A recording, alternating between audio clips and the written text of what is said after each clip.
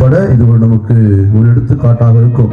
இப்பொழுது நம்முடைய அருட்தந்தை சின்னப்பா அவர்கள் அந்த லோகோ அருட்தனுடைய சிலையை வந்திருக்கிறார். 68ஆம் ஆண்டு வரை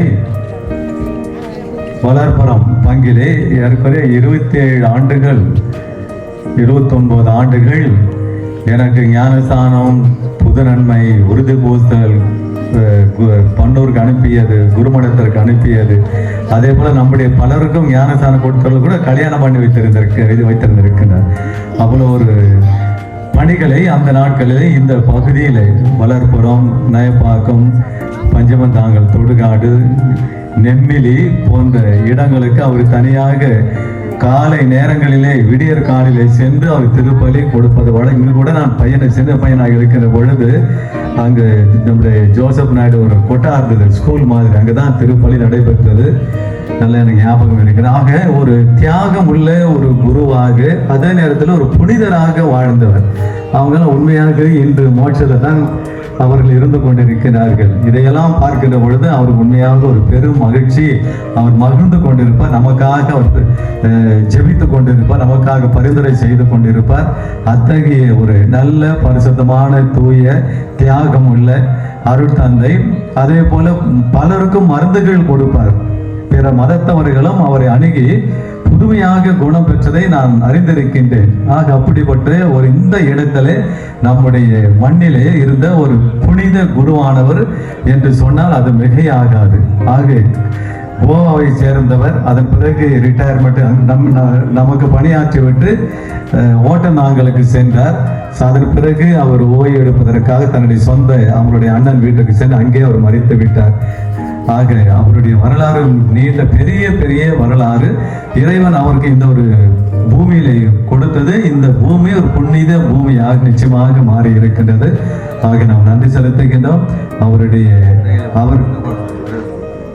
4 மாதங்கள், சுமார் 4 மாதங்கள் வீட்டையும் எல்லாவற்றையும் மறந்து இந்த சிலைகளின் வடிவங்கள் அனைத்தையும் ஒரு பக்தியோடு காலையிலே ஜெபம் ஜெபித்து அதுக்கு உண்டான ஒரு பக்தி முறையோடு தான் அந்த சிற்பங்கள் செய்யப்பட்டிருக்கின்றது. இவ்வாறு செய்வதற்கு காரணம் அவருடைய ஒரு முழு ஒத்துழைப்பு. தந்தை லோகோ சாமியார் என்பது எனக்கும் நன்கு தெரியும். இந்த ஆயர் சொன்னது போல அவர் விதைத்த விதையானது விசுவாசமாக வளர்ந்து இன்று அனைத்தையும் கூட்டிருக்கின்றது. ஆனால் ஒன்று சொல்ல மட்டும் கடமைப்படுகின்றேன், அவருடைய போட்டோ இல்லை. பல விதத்திலே தேடினேன். ஒரு நண்பர் மட்டும் அக்காலத்திலே அந்த ஆலயத்தில் வேலை செய்த உபதேச சிலைகள் கூட எடுத்த சின்ன போட்டோ கிடைச்சது. அதை வைத்துதான் நான் பெரிதாக்கி 10 வருடமாக வைத்திருந்தேன். ஆனால் இது ஒரு 20 நாட்களுக்கு முன்னால் தான் இந்த தகவல் அவருக்கு சொன்னபோது அதுக்கு மிக முக்கியத்துவம் கொடுத்து அந்த போட்டோவின் பல முறைகளை எங்களை பார்க்க வைத்து செய்து வைத்திருக்கிறார் என்றால் அது பென்னியை சாரும். அவரை நமது கிராம மக்கள் அனைவரும் கரவொலி எழுப்பி சந்தோஷப்படுத்துமாறு கேட்டுக்கொள்கிறேன்.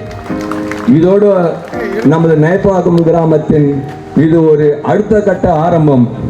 இனி மக்கள் அனைத்தையும் மறந்து ஆயர் சொன்னது போல ஜெபித்தல், விசுவாசத்தல் அனைத்திலும் நாம் ஊன்றி வளர, நமக்கு அனைத்து ஒற்றுமையும் தர புனித அந்தோன் வழியாகவும், அன்னை வேளாங்கண்ணி வழியாகவும், லூது மாத வழியாகவும், பல புனிதர் வழியாகவும் நாம் அனைவருக்கும், நமக்கும் மட்டுமல்ல சுயநலத்துக்காக ஜெபிக்க வேண்டாம், மற்றவர்களுக்கும் சேர்த்து ஜெபித்தால் தான் நமக்கு தேவையான பலன் கிடைக்கும் என்பதை சொல்லி என்னுடைய இந்த சிற்றுரையை முடித்துக் கொள்கிறேன்.